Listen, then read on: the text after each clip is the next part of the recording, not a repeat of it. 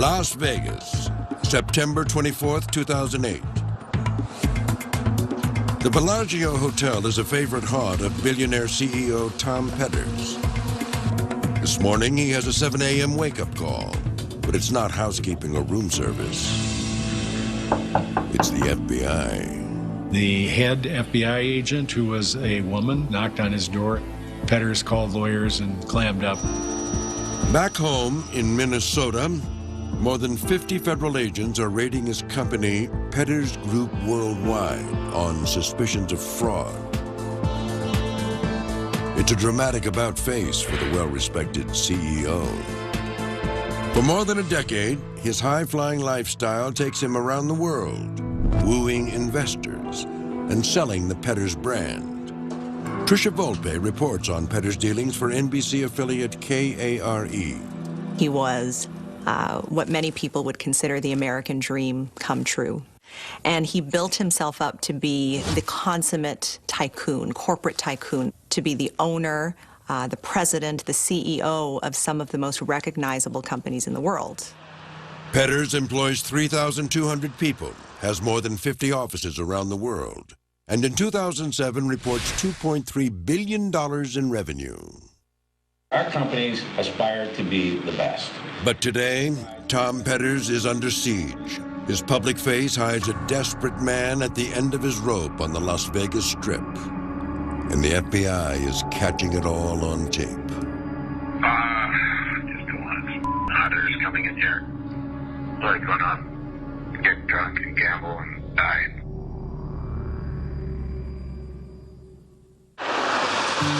The story begins in the small town of St. Cloud, Minnesota. The year is 1973. And at just 16 years of age, young Tom Petters is already showing a passion for business. He opens his own store called Ear Electronics. Petters' sister, Becky Randa, recalls his humble beginnings. It started in our basement, and then he had a business downtown when he was supposed to be in high school. And he had an office with his secretary, and he was guaranteeing the lowest prices in the nation. Petters even hires salespeople, marketing his goods to college kids, until his mother finds out. She was listening to the radio, and they were interviewing Tommy, and she thought he was in school, but he was not. In the early 1980s, Petters marries, starts a family, and heads west. He manages a small chain of electronics stores in Colorado and eventually buys the company. In 1990, Petters files for bankruptcy. Authorities say he leaves a trail of unpaid debt in his wake when he skips town and heads home to Minnesota, divorced, jobless, and flat broke. I think he was overwhelmed. He had, 2 little kids, and he was extremely broke. He essentially had nothing, and he was looking for the next thing. Tom Petters, always the businessman, always the salesman, was looking for the next sale. With a loan from his brother, Petters launches a new venture, the Petters Company, Inc., or PCI. It's a brokerage of opportunity goods, odd lots of closeout or distressed products that Petters buys up and resells to big box stores. Harold Simmons has worked as a salesman with Petters for more than a decade. If it was a $10 item, we could buy that product for $5. And if we could sell it for $7, we made good margins. In 1995, Petters decides to try his hand at retail once again with a chain of stores called Petters Warehouse Direct. We were in the closeout business. In this promotional video, employee Deanna Coleman, who goes on to play a key role in Petters' fraud scheme, describes how it all started. Tom got a phone call from Kmart about 2 trailer loads of return merchandise. And of course, Tom doesn't ever turn down a deal. So what did Tom decide to do? He decided to open up Petters Warehouse Direct, and he wanted it open the day after Thanksgiving. This time, Petters finds success. In a few years, he has 12 stores in Minneapolis and North Dakota, with annual revenues of $20 million. But Petters has bigger aspirations, and with the rise of the internet, he jumps on opportunities to sell to the masses, starting internet wholesaler RedTag.com. and buying retail auction site ubid.com. Tom had a brilliant mind, still does. Put together deals, he was the best I ever saw. But they couldn't hold his attention. After he put them together, he was pretty much through with them, and he was looking for the next deal. The deal that really puts Petters on the map is the purchase of Fingerhut in 2002. The Minnesota-based catalog wholesaler is in danger of being shuttered by parent company Federated Department Stores, until Tom Petters becomes the savior of St. Cloud by teaming up with another Minnesota businessman to purchase the company. This was certainly a good thing because it saved jobs, and it also helped contribute to his image. You know, this is a hometown guy who cares about his hometown, who cares about people losing their jobs, and he wanted to do something about it. As Petters cashes in on his newfound status as a hometown hero, his public image appears to be golden. We are a very caring company. That's one of our core values, caring about people you work with, caring about the communities you live in, caring about the person that works next to you, caring about families. But investigator Randy Shane uncovers a different story. He's hired to check out Petters' operation by a financial group looking to put money into a hedge fund that invests heavily with Petters. Shane's first tell is Petters' profile on business information service Dun & Bradstreet. And in that report, it said that Mr. Petters graduated from a Minnesota college called St. Cloud University. We then sought to verify that, and it turned out he attended for a semester, which is pretty much as broad a gap as you can get, right? I mean, you know, not 8 semesters, not 6, not 5, 1. Shane asks himself, what else could Petters be lying about? And he keeps digging. What we started to see was a great number of lawsuits naming him and or his companies over a period of approximately 13 or 14 years, in which he was getting accused of simply not paying money back or not paying for products that he had purchased. Worse, Shane discovers that Petters had been convicted of check fraud in Colorado in 1990 and had even become a fugitive. According to the records we saw, he was extradited from Minnesota to Colorado to go to jail. Years later, Petters hires an attorney to get the file sealed, and little more is known about the incident. Now, we never were able to get the final records of how long he served and so on, but from everything we saw, he actually was reporting to jail in mid-1990. Shane reports his findings, and his clients decide not to invest. But many others are lured in by Tom Petters' big smile, his charisma, and promises of huge returns. Next on American Greed, Tom Petters' empire appears to be rock solid. But is it all an illusion? It was, in fact, one of the biggest frauds in Minnesota history, and the biggest fraud in the nation's history before Bernie Madoff came along. In the early 2000s, in Minnesota's Twin Cities, entrepreneur Tom Petters is making big moves. He owns a successful local chain of warehouse direct stores, multiple internet retail sites, and his recent acquisition of catalog retailer Fingerhut puts him among the top players in Minnesota business. He was a deal chaser and a deal maker. You know, he was a mover and shaker. You couldn't hold Tom down. When I've learned, when I get excited about something, I got to pull myself back. And I got to be able to look at it, and I got to analyze it, and then open my mouth. Because when I walk out of a meeting, God knows, every executive or person in this company that knows me, knows they might hear me go, let's go on this project. The deals were getting bigger, and Tom didn't have the financing to bankroll the deals.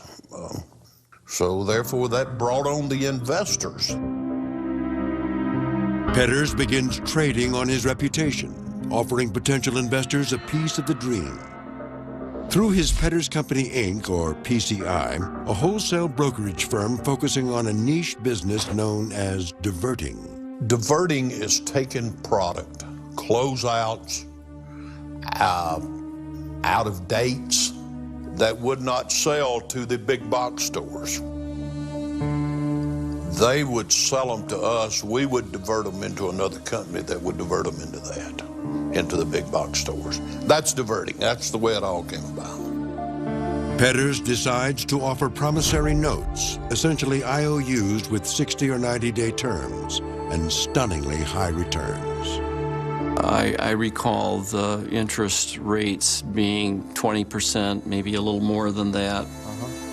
Well, Doug Van Dyke is recently retired from a 30-year career as an engineer. He and his wife learn about the deal through a mutual friend of Tom Petters. Before jumping in, Van Dyke does his due diligence. Everybody came back with, this guy is the real deal, nothing to worry about, this is good. And so there seemed to be no reason at all to suspect that something was awry. For more than 6 years, he leaves his entire nest egg, several $100,000, in what he thinks are good hands. And the Van Dykes are able to live comfortably off their returns. There was literally hundreds of thousands of dollars that were earned as income. They fund their favorite Christian charities, purchase a spacious lakeside retirement home in northern Michigan, and a winter condo in South Florida. I'm a heavy-duty water skier, believe it or not, and so it was something that allowed me to be able to water ski year-round. We had our boats up at the home on Lake Leelanau in the summertime. Petters' steady returns even attract the attention of hedge fund managers around the country who begin feeding him hundreds of millions of dollars. And Tom Petters is becoming filthy rich. So rich, his Petters Group Worldwide is able to start acquiring dozens more companies. In one of his most high-profile moves in early 2005, Petters Group Worldwide purchases the iconic brand Polaroid for $426 million.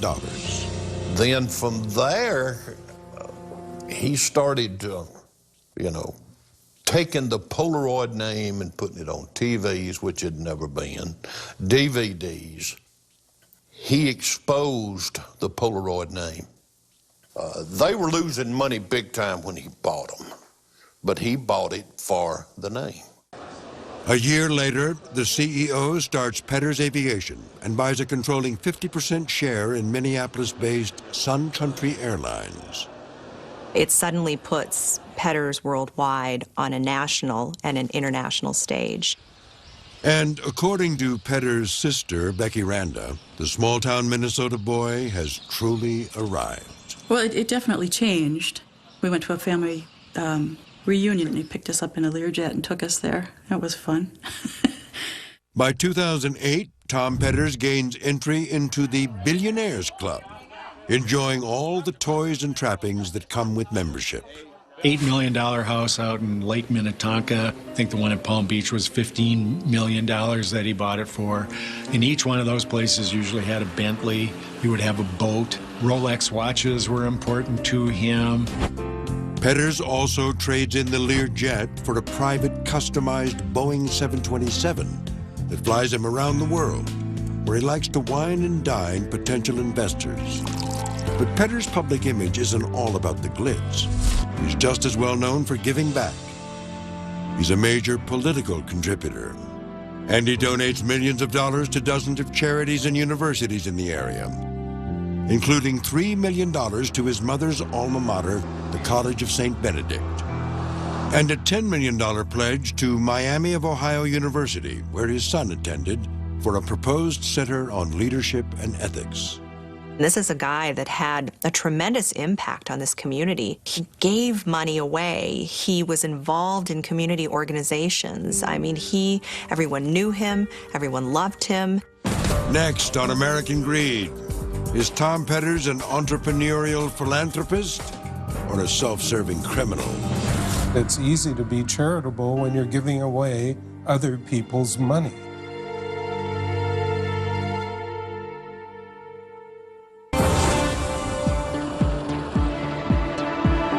At the start of 2008, Tom Petters is one of the Twin Cities' richest businessmen.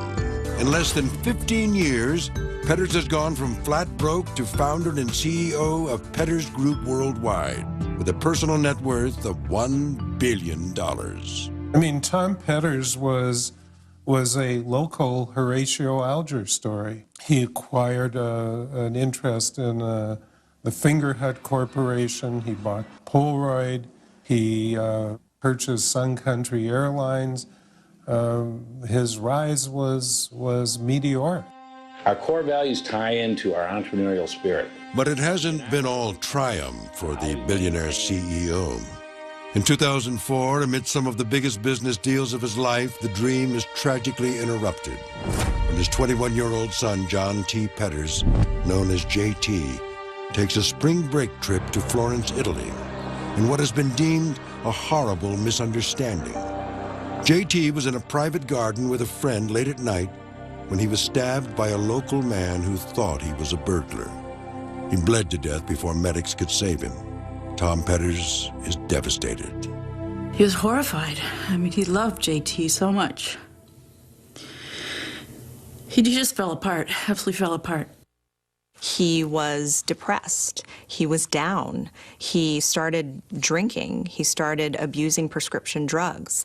Tom Petters had this enormous business empire to run. So when he started to sort of lose sight of things and started to become withdrawn and very sad and depressed about his son, that no doubt had an effect on the business. But in March of 2004, Tom Petters decides to turn his personal tragedy into an opportunity. He starts the John T. Petters Foundation to provide scholarships to college students for foreign travel. We created a foundation, so now we're raising money. His daughter, Jenny, is the chairman. Petters spends upwards of $400,000 on lavish annual fundraising galas, attracting the likes of Michael Strahan, Kevin Nealon, David Spade, and a who's who of Minnesota politicians, including Governor Tim Pawlenty. The way Petters publicly handles his personal tragedy makes him even more of a respected figure in the Twin Cities. Everyone, it seems, trusts Tom Petters and wants to invest with him. We're doing a $2 billion fund called Petters Strategy Growth Fund. It'll include some investment banks. It'll include some lenders. It'll include some hedge funds. People were drawn to him. The grandiose parties, the lavish lifestyle, as well as the success in business and giving his money away to charity. It was because of that that people looked at Tom Petters and said, this is a legitimate man. I'm going to give him some of my money. Or a lot of it. In the booming financial climate of the mid-2000s, Petters has no problem securing hundreds of millions of dollars time and again, mainly from high-rolling hedge funds. Petters is promising 15 to 20% returns through his Petters Company, Inc., or PCI, which handles financing for his diverting deals. Dave Phelps is a reporter from the Minneapolis Star-Tribune. Investors were led to believe that Petters Company, Inc. was buying electronic goods, consumer electronic goods, at a discount and selling them to big box retailers like Costco or Sam's Club. Although Petters has more than 3,000 employees, PCI is made up of just a few people who have been with him for years, namely Deanna Coleman, Petters' one-time secretary turned operations manager, and Bob White, PCI's treasurer. And they've been keeping an incredible secret for more than 10 years. The deals that Petters sells to his investors involving electronics manufacturers, retailers, and warehouses are all fake. There is no merchandise being bought or sold, and there are no profits. In fact, it's all a fraud. So Petters would go out and he'd solicit money. He'd bring it into his fraud machine, which was called Petters Company, Inc., and then in that machine, then, wherever the money needed to go, it would go out. There was over $41 billion worth of intercorporate transfers. Keeping track of who needs to get paid and when is a monumental task. It falls to Deanna Coleman, Petters' longtime employee and trusted confidant. Deanna Coleman was really Tom Petters' right-hand woman. She ran the operation. She was the brains and the guts of the whole thing. Rounding out the three-person fraud unit is Bob White. Technically a consultant for PCI, he's a one-man forgery department. churning out a mind-boggling number of phony purchase orders, bank statements, and other documents in order to keep the scheme going. He would spend hours, sometimes days at a time, with scissors, glue, cutting, and pasting so that he could create an invoice or some sort of document that looked legitimate to investors. Bob White tells his son Chris that at its peak, the amount of money running through the scheme is staggering. There was new money that they had to come up with every month just to pay the interest on the debt. Not running businesses, not anything else, but just paying the interest on the debt. The new money that was needed was $115 million a month. No one is sure when the fraud started exactly, but Bob White says he became unwittingly involved as far back as 1999. In this telephone interview, White tells American Greed that Petters sought his help getting out of a deal that went south. He was crying, help me get through this, and I did. We made up some documents that looked like the money was arriving and he hadn't spent it improperly.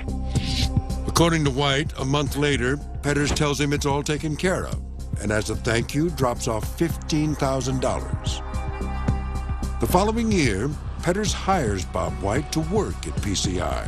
And White says it's not long after that Deanna Coleman tells him the truth about Petters' promissory notes. Something about the notes didn't seem right, and I asked Deanna. I said that, something's not right about them and what's going on, and she said they're all fake. She told me they were all fake. It added up to about $100 million of fake notes, and I had made up several documents, and so I felt I was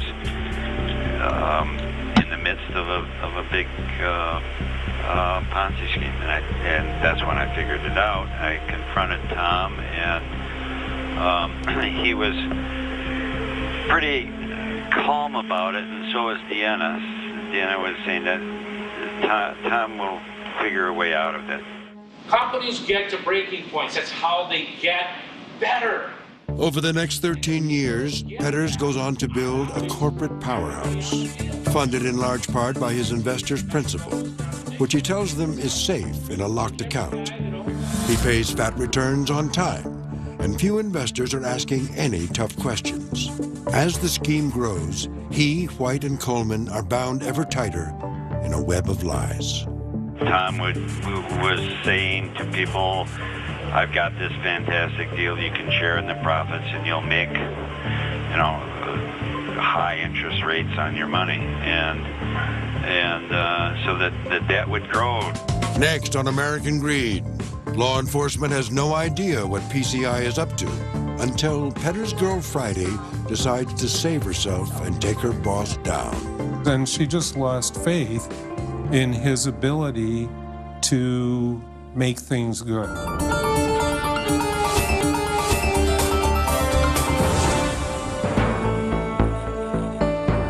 Minnesota businessman Tom Petters appears to be at the top of his game. Founder, CEO, and sole owner of Petters Group Worldwide, which reports $2.3 billion in revenue in 2007. He boasts ownership of 150 companies, including Polaroid and Country Airlines, and is a man whose sterling reputation helps bring in billions of investment dollars from people around the world. Well, Tom Petters was engaging, he was charming, he was very, very smart, and he knew a lot of these people. Some of the people who invested with him were family, they were friends, they were investment companies and other investors who he had done business with before, and I think he was just a really, really good salesman. What Petters is selling to investors are promissory notes through his company PCI, Petters Company, Inc., guaranteeing high returns on deals involving the sale of discount electronics merchandise. But at some point more than 10 years ago, there stopped being any real merchandise. Petters and a small cadre of employees began forging documents and making up deals. It's all a Ponzi scheme. Petters knew that if you just paid people and paid them well and made them feel good about it, They wouldn't ask a lot of questions, and they wouldn't go off doing a lot of due diligence. Good evening. Between Friday and today, the Dow Jones Industrial Average has swung up and down almost 1,300 points. That is until late 2007, when the U.S. financial industry begins to collapse. New money sources are drying up. On top of that, many investors want their principal back.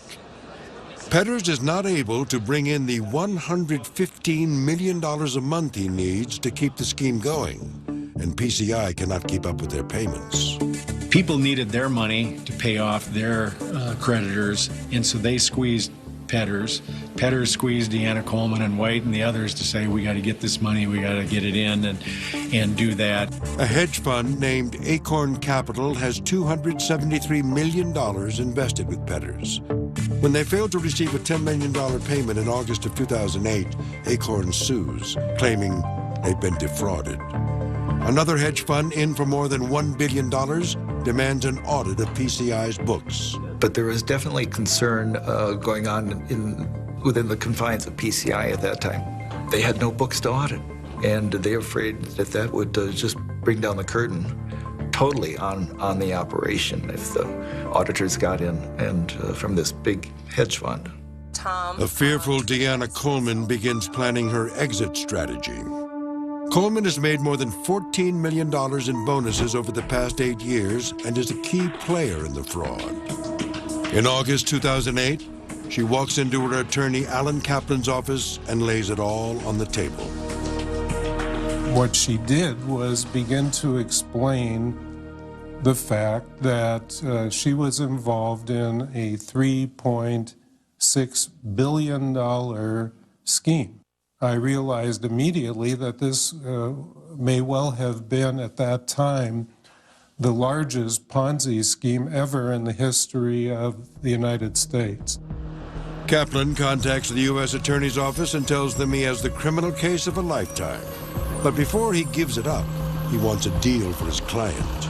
The deal was this, that they agreed that she would, under no circumstances, be exposed to a prison sentence of more than 5 years if she were to cooperate. And she was fine with that, and shortly thereafter, she came in with a stack of documents and explained the whole scam. But federal prosecutors need more evidence, and they need Coleman to get it. They ask her to wear a hidden wire and go back to work the next day. Business as usual. And she agreed to do that. That was done both with the use of a wire, and they have recording devices that essentially look like car key fobs that are capable of clearly recording up to 8 hours of conversation. Next, hear how a desperate Tom Petter's own words seal his fate. I'm trying to figure out a way out because living the lie is worse than anything. Listen to more secret recordings of Tom Petters at AmericanGreed.cnbc.com. We'll be right back.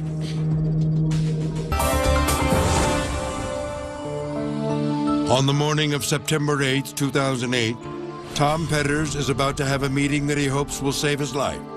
The CEO's $3.5 billion empire is on the verge of collapse. His decade-long Ponzi scheme about to be uncovered. The financial climate was changing, and things were starting to fall apart on Wall Street. And for his investors, they started to ask questions.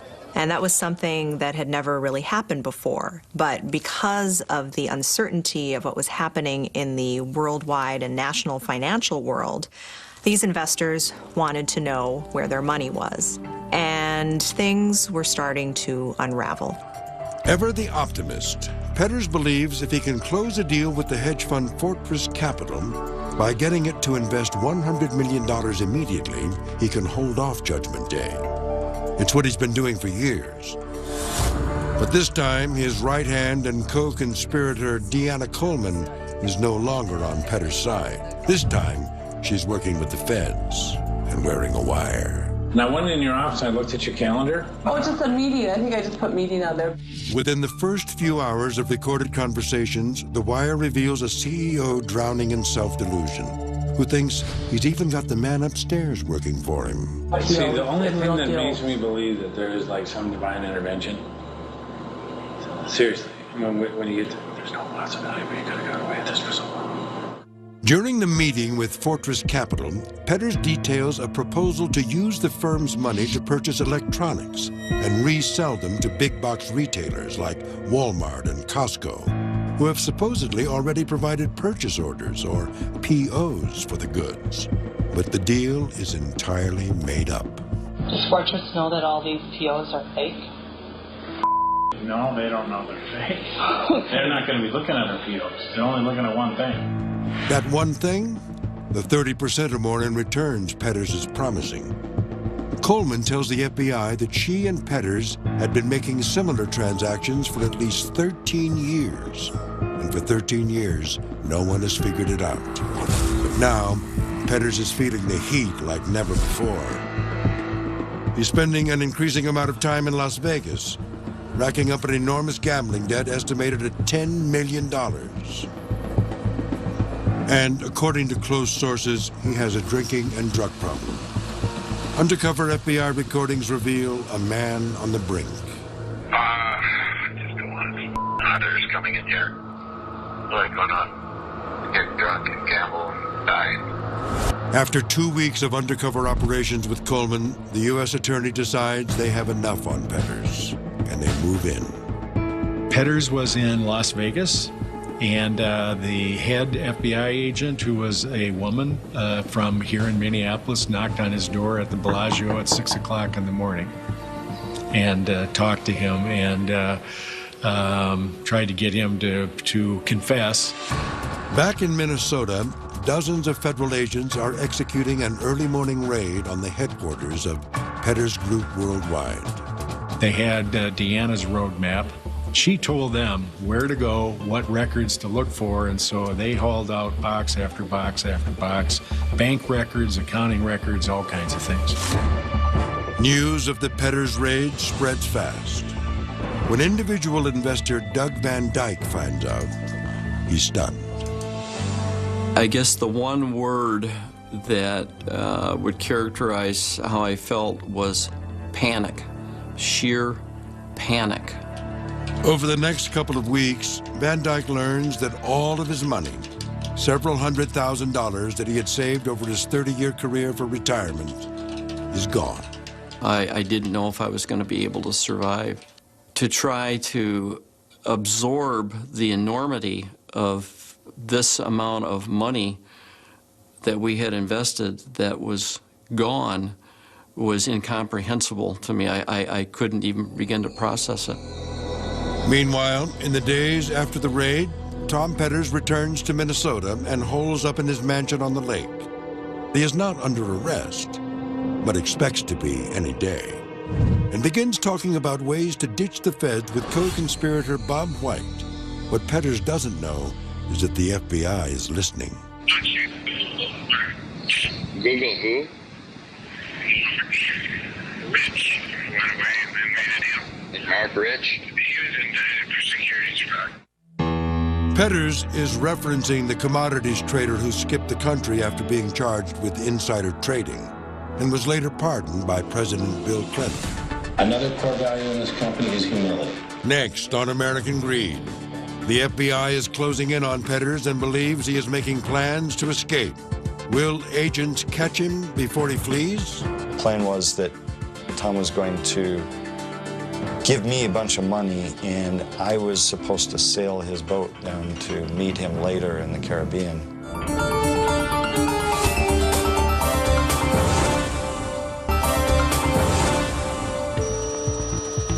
On October 3rd, 2008, the FBI moves in on Minnesota businessman Tom Petters, suspected of running a Ponzi scheme for 13 years. Agents have recorded Petters talking about fugitive financier Mark Rich. The reference to Rich suggested to federal authorities that Petters himself was considering leaving the country. Petters also discusses an escape to a Caribbean island with his co-conspirator, but it wasn't meant to be. Because he's deemed a flight risk, Petters is taken into custody at his $8 million Lake Minnetonka mansion and held without bail. A year later, the trial of Tom Petters opens at the St. Paul Federal Courthouse. He faces 20 counts of wire and mail fraud, conspiracy, and money laundering. It wasn't just charges of fraud, money laundering, and conspiracy. The amount of money that was involved, I think, floored everyone. $3.5 billion. That's billion with a B. Petters' former secretary turned operations manager Deanna Coleman blew the whistle on the operation after participating in the fraud. She had cut a deal with the feds in order to net the big fish, Tom Petters. Now, the once high-rolling CEO could face life in prison. It was not easy for her, but in spite of that, she was ready, willing, and able to continue her cooperation with the government. Prosecutors played the tapes Coleman recorded of conversations with Petters in September 2008, in the days before the FBI raided his operation. If we're going to come up with some story, I'm trying as hard as I can to figure out how to get out of this. In testimony that stunned the courtroom, former PCI officer Bob White testifies that he forged more than 10,000 documents over a 9-year period to keep the scheme going. He was the wow witness. Wow in the sense of, that's really how it happened? That's really how we came to have a $3.5 billion Ponzi scheme? Cut and paste. Petters' attorney John Hopeman acknowledges the fraud, but tells jurors that the alleged scheme took place at a time when Petters was grieving the loss of his son, who was stabbed to death during a study abroad trip to Italy in 2004, and that Deanna Coleman and Bob White were the ones responsible for the fraud. This was the guy who let things get away from him, and he trusted the people around him to do things properly and to make them work, and they failed him. But the government says that the fraud far predates John T. Petters' death, and that it's Tom Petters' own words that are perhaps the most damaging evidence. This is one big fraud, and that's what it is, and that's how I'm dealing with it. On December 2nd, 2009, after 5 days of deliberations, the jury finds Petters guilty on all 20 counts. 4 months later, a judge sentences him to 50 years in federal prison. Deanna Coleman serves a 1-year sentence and is released from prison in August 2011. Bob White is sentenced to 5 years. At least 8 other Petters associates have been convicted of money laundering and fraud, including 5 hedge fund managers. But not everyone is happy with the outcome. Tom Petters' friend and former salesman, Harold Simmons, believes that Petters is innocent and his sentence of 50 years is unfair. Deanna Coleman gets a year. Bob White gets 5 years. Where's the justice in this? I mean, it's just not there. Tom's got a heart as big as Alabama. I'm not saying Tom didn't do some shady deals over the years to keep companies up and going and running, but Tom didn't do this. I'm just telling you. A judge appoints attorney Doug Kelly as receiver for the case. He's selling off assets, trying to recoup losses. And he's recovered more than $200 million so far, including more than $8 million from Deanna Coleman and Bob White. But the big money, according to Kelly, is tied up in what's known as clawback, the recovery of some $2 billion from people who are considered net winners in their dealings with Petters. One of the harder parts of my job has been charitable contributions. So I've had to call all these presidents of these colleges and schools and other things and say, I'm really sorry to do this, but this money was not Mr. Petters' money to give. It was all stolen money that he stole from other people. I hope you'll send me a check back. And most of them did. For Doug Van Dyke, who lost all of his retirement savings, the Petters scam has been life-altering. After being retired for 7 years, he is forced to go to his former company and ask for his job back. The thing you need to know is that I have flunked Retirement 101, and I need to come back to work if you'll have me. If not, then I got to go somewhere else. And fortunately, they wanted me back. He and his wife now live in this small apartment near his office. They sold their Florida condo at a big loss, and they're struggling to hold on to their lakeside dream home, where they hope that one day they might possibly be able to retire for good. Meanwhile, Tom Petters is serving his time at Leavenworth Prison in Kansas. He is appealing his conviction and maintains his innocence. Petters' story is a little insight into our own psyche. There are a lot of folks here who turned their backs on questions they should have asked, turned their backs on people they should have pushed for due diligence. And the reason they turned their backs was because they were making so much money. And I think that's really sad, because Petters wasn't really that smart. He wasn't really that good a businessman, but he was a damn good conduit.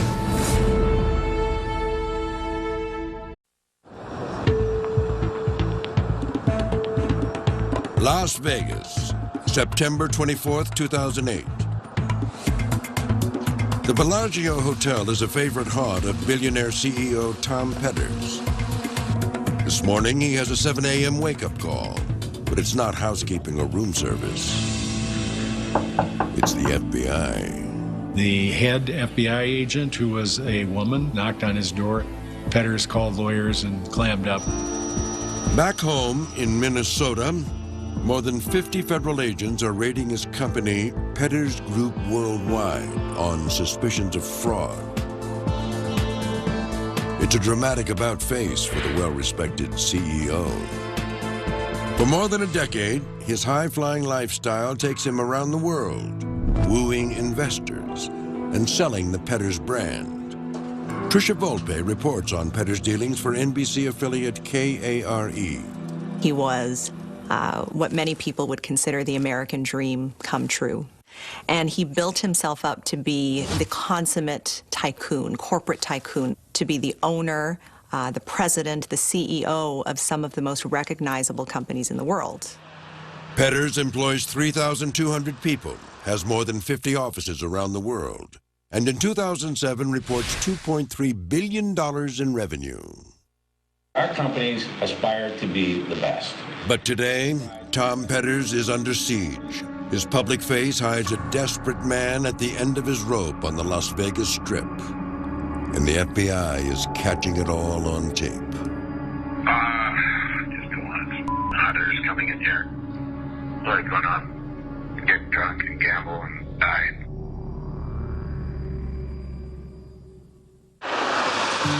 The story begins in the small town of St. Cloud, Minnesota. The year is 1973. And at just 16 years of age, young Tom Petters is already showing a passion for business. He opens his own store called Ear Electronics. Petters' sister, Becky Randa, recalls his humble beginnings. It started in our basement, and then he had a business downtown when he was supposed to be in high school. And he had an office with a secretary, and he was guaranteeing the lowest prices in the nation. Petters even hires salespeople, marketing his goods to college kids, until his mother finds out. She was listening to the radio, and they were interviewing Tommy, and she thought he was in school, but he was not. In the early 1980s, Petters marries, starts a family, and heads west. He manages a small chain of electronics stores in Colorado and eventually buys the company. In 1990, Petters files for bankruptcy. Authorities say he leaves a trail of unpaid debt in his wake when he skips town and heads home to Minnesota, divorced, jobless, and flat broke. I think he was overwhelmed. He had, 2 little kids, and he was extremely broke. He essentially had nothing, and he was looking for the next thing. Tom Petters, always the businessman, always the salesman, was looking for the next sale. With a loan from his brother, Petters launches a new venture, the Petters Company, Inc., or PCI. It's a brokerage of operatives has bigger aspirations. And with the rise of the internet, he jumps on opportunities to sell to the masses, starting internet wholesaler redtag.com and buying retail auction site ubid.com. Tom had a brilliant mind, still does. Put together deals, he was the best I ever saw. But they couldn't hold his attention. After he put them together, he was pretty much through with them, and he was looking for the next deal. The deal that really puts Petters on the map is the purchase of Fingerhut in 2002. The Minnesota-based catalog wholesaler is in danger of being shuttered by parent company Federated Department Stores, until Tom Petters becomes the savior of St. Cloud by teaming up with another Minnesota businessman to purchase the company. This was certainly a good thing because it saved jobs, and it also helped contribute to his image. You know, this is a hometown guy who cares about his hometown, who cares about people losing their jobs, and he wanted to do something about it. As Petters cashes in on his newfound status as a hometown hero, his public tunity goods, odd lots of closeout or distressed products that Petters buys up and resells to big box stores. Harold Simmons has worked as a salesman with Petters for more than a decade. If it was a $10 item, we could buy that product for $5. And if we could sell it for $7, we made good margins. In 1995, Petters decided to try his hand at retail once again with a chain of stores called Petters Warehouse Direct. We were in the closeout business. In this promotional video, employee Deanna Coleman, who goes on to play a key role in Petters' fraud scheme, describes how it all started. Tom got a phone call from Kmart about 2 trailer loads of return merchandise. And of course, Tom doesn't ever turn down a deal. So what did Tom decide to do? He decided to open up Petters Warehouse Direct, and he wanted it open the day after Thanksgiving. This time, Petters finds success. In a few years, he has 12 stores in Minneapolis and North Dakota, with annual revenues of $20 million. But Petters